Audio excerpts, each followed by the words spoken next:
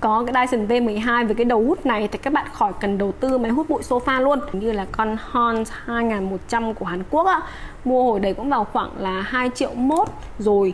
Mà bây giờ thì mình cho vào chuồng gà rồi. Hello các bạn, chào mừng các bạn đến với kênh của Mirror Reviews.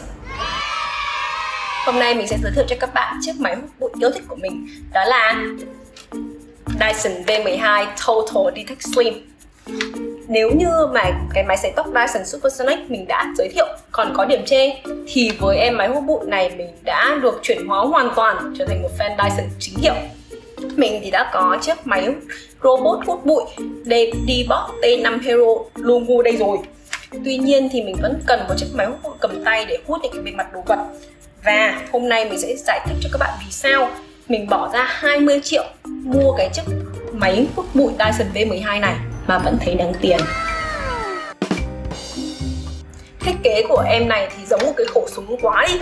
Cái thiết kế này của Dyson đã bị các hãng bắt chước rất là nhiều, giống như cái này, cái này, cái này hay là cái này. Đây đều là những máy hút bụi của tàu với giá chỉ từ khoảng 500.000 cho tới cái đắt nhất là Xiaomi Dream T30 với giá là 10 triệu.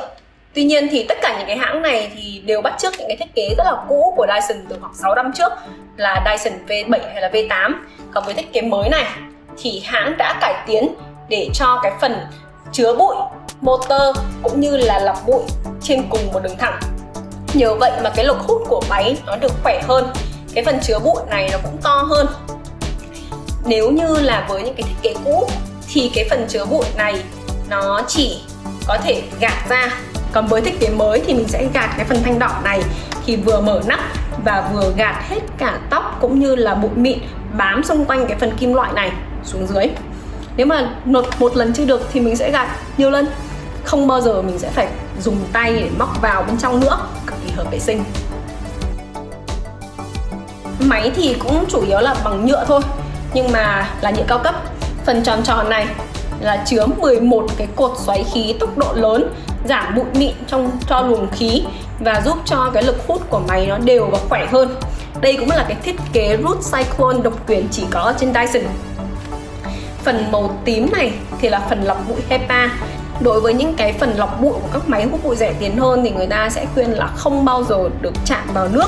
Và khi vệ sinh những cái phần lọc bụi kém chất lượng đó thì mình sẽ phải đập xuống để cho bụi nó rơi ra, và nhiều khi là bụi nó bay tứ tung lên, rất là mất vệ sinh, nhiều khi mình cũng hít vào chính cái bụi đấy luôn.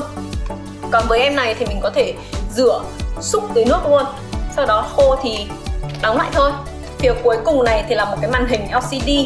Máy sẽ hiển thị những cái thông số từ là có bao nhiêu hạt bụi mịn mà mình đã hút được cho đến bao nhiêu tóc cũng như là rác to. Máy sẽ vừa hút và vừa đếm luôn. Khi mà hút đến chỗ nào mà có nhiều bụi thì máy sẽ tự động tăng công suất lên để mà hút khỏe hơn, sạch hơn. Còn bình thường thì sẽ sử dụng ở chế độ Eco để mà tiết kiệm pin. Nhờ vậy mà hãng mới có thể chuyển cái nút bật tắt của Dyson V12 lên phần thân máy. Ngay kể cả người anh em V15 khỏe hơn, to hơn của V12 thì vẫn phải sử dụng cái phần cò súng như thế này. Nên là cầm lâu cứ phải giữ như này thì nó rất là đau tay. Cái phần tay cầm của V12 thì rất là chắc chắn, thoải mái. Mình có thể xoay em ý bằng một tay như thế này, cực kỳ cool luôn. Máy thì nặng khoảng 2,2 cân nếu mà chưa tính những cái đầu hút. Khi mà trúc xuống để mà hút bụi như này á thì mình hút liên tục trong khoảng 10 đến 15 phút là sẽ bắt đầu đau ở cái phần mà giữa ngón cái với cả ngón trỏ. Còn khi mà hút bụi ở phía trên trần nhà hay là các kẽ thì mình sẽ phải cầm hai tay như thế này, nhưng cũng không có vấn đề gì lắm. Phía dưới của tay cầm thì là cục pin của máy, có thể tháo ra và thay thế được. Phần pin này thì hãng có bán riêng, nên là những cái nhà nào mà cẩn thận mà sợ là đang hút bụi giữa chừng thì hết pin á, thì có thể mua thêm một cái cục sạc dự phòng như vậy. Cái pin của máy này thì Dyson báo là có thể hút được trong vòng 60 phút liên tục, nhưng đó là ở chế độ Eco và ở trong cái điều kiện phòng lab lý tưởng. Còn như mình hút bụi á thì như nhà mình là một cái chung cư 4 phòng ngủ 170 m². Sau khi mà trừ đi ban công cũng như là trừ đi đồ đạc á thì tổng cộng diện tích mình hút là 90 m². Mình đã hút liên tục trong vòng 19 phút thì là hút bụi hết, xong sạch hết cả nhà. Mà máy thì vẫn báo là còn đến tận 14 phút nữa. Nên là nhà nào mà diện tích nó vào khoảng là 225 m² thì vẫn ok. Dyson đã thiết kế chỗ treo máy cũng chính là cái đốc sạc luôn, nên đảm bảo treo máy cùng các đầu hút vừa gọn, thẩm mỹ mà lại sạc pin được liên tục, không lo hết pin khi cần sử dụng. Riêng cái đốc sạc này là có thể treo được một máy cộng thêm với 2 đầu hút rồi. Tuy nhiên cái đốc sạc này mình phải tự bắn đinh, tự treo đó các bạn ạ. Không có nhân viên Dyson nào treo hộ đâu. Giờ Dyson Việt Nam cũng bán cái chân đế treo máy để khỏi phải tự treo, nhưng giá là tận 3 triệu mà lại vẫn lủng lẳng cái dây điện ở ngoài. Bây giờ là 30 giây quảng cáo cho kênh YouTube của mình. Đây là nơi mình chia sẻ những cái cảm nghĩ chân thực và những cái trải nghiệm của mình về sử dụng đồ điện gia dụng. Nên là các bạn hãy ủng hộ mình ra thêm nhiều những cái video mới bằng cách bấm theo dõi, subscribe ở phía dưới nhé. Mình cũng có một cái kênh TikTok là Miro Reviews. Đường link của kênh TikTok này thì mình cũng để ở phía dưới đây. Trên TikTok thì mình ra video được nhiều hơn vì là cái lượng video này nó ngắn hơn. Nên là nếu mà các bạn muốn xem trước những cái nội dung mà mình sẽ review full ở trên YouTube thì hãy qua TikTok nhé. Bây giờ mình sẽ giới thiệu cho các bạn tất cả những cái đầu hút và đi kèm với Dyson V12. Máy có 7 đầu hút.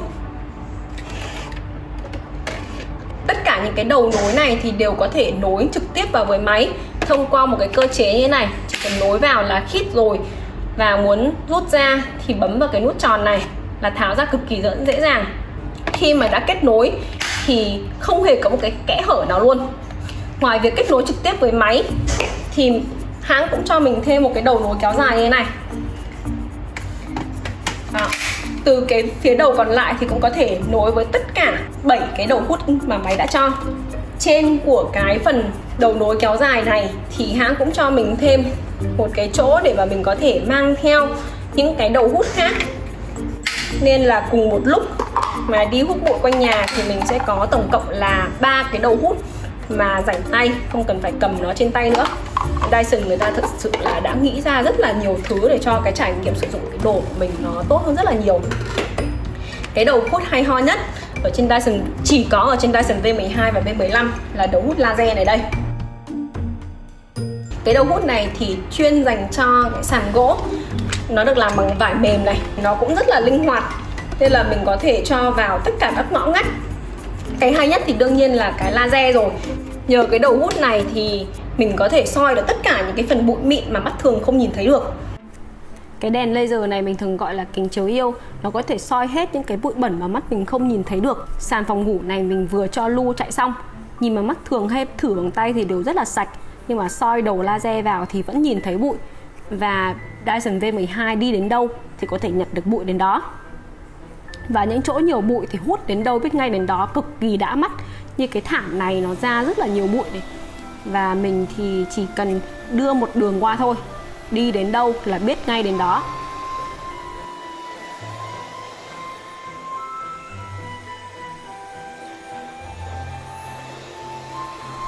Hút xong rồi mình thử lại độ sạch bằng giấy khô cho các bạn xem. Giấy ướt này, lau vào cái chỗ mà chưa hút này, sạch thế cơ mà. Vì cái sự tiện lợi của cái đầu hút này nên là mình dùng cho cả những cái mặt đồ vật nữa, như là bàn ăn của mình đây. Nhìn bằng mắt thường thì cứ tưởng là rất là sạch, nhưng mà hút vào thì mới thấy là cực kỳ bẩn các bạn ạ. Vệ sinh của cái đầu hút này thì cũng rất là dễ dàng.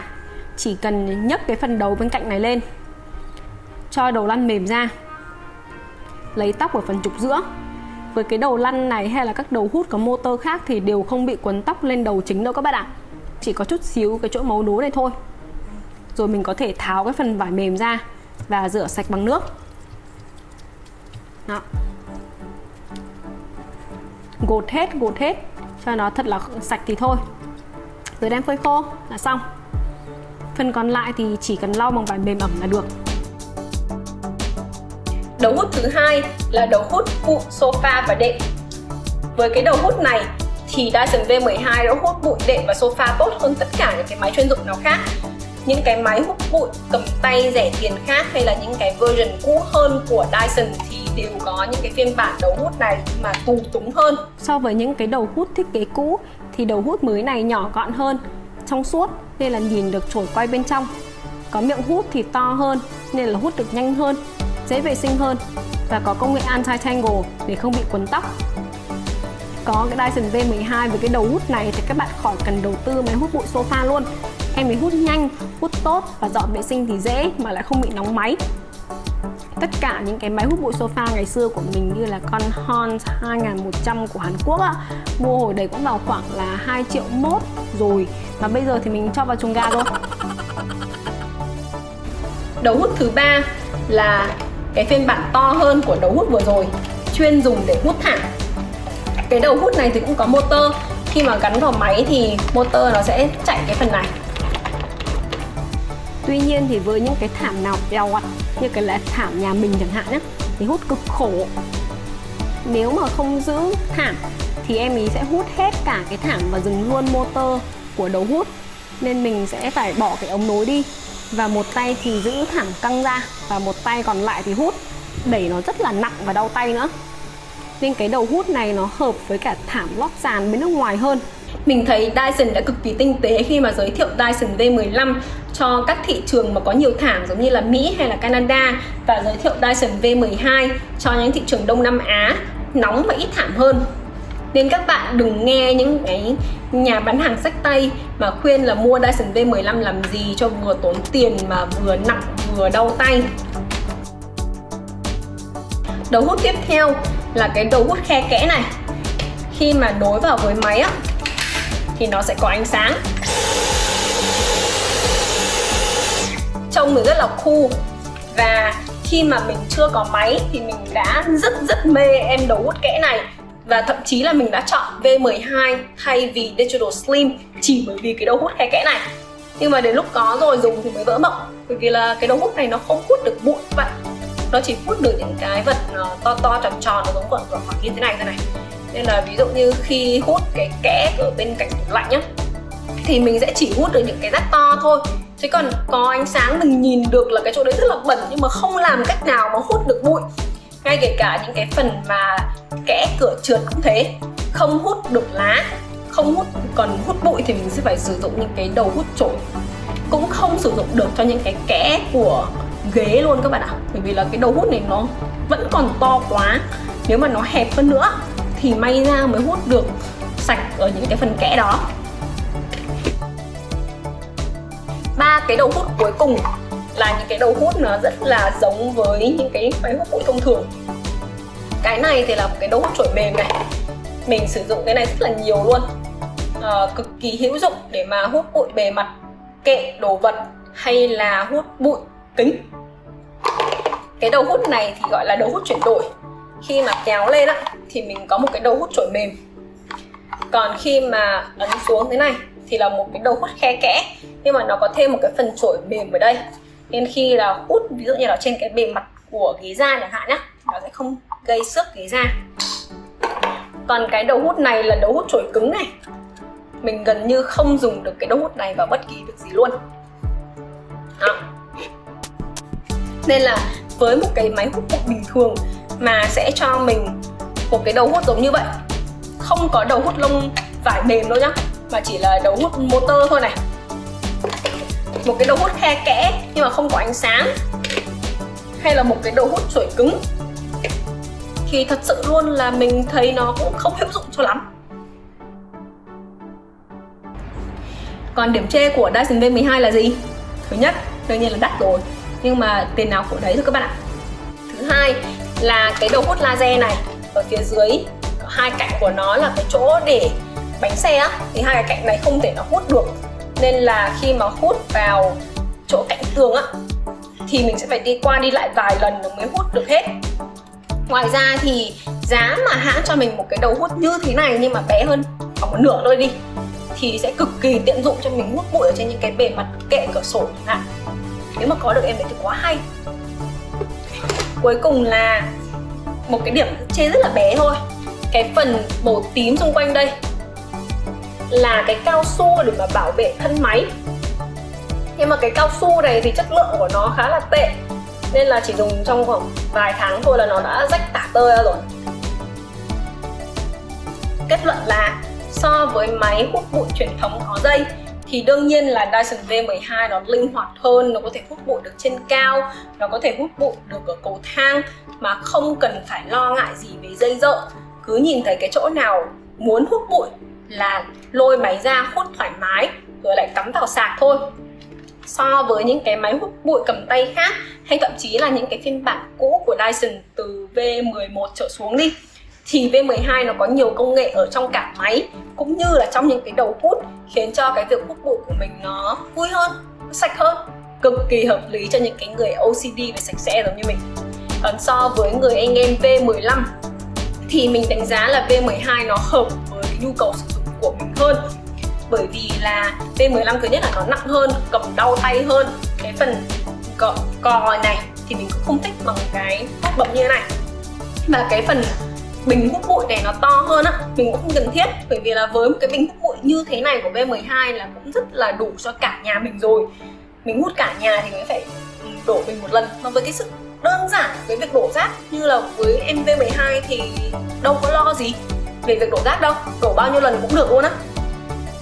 Cuối cùng nữa là về công suất thì em này mình thấy quá là ok rồi, không thấy có một cái điểm chê nào, hút cái gì cũng được. Pin thì cũng hoàn toàn đủ cho nhà mình rồi, mình còn thậm chí là còn thừa cơ mà.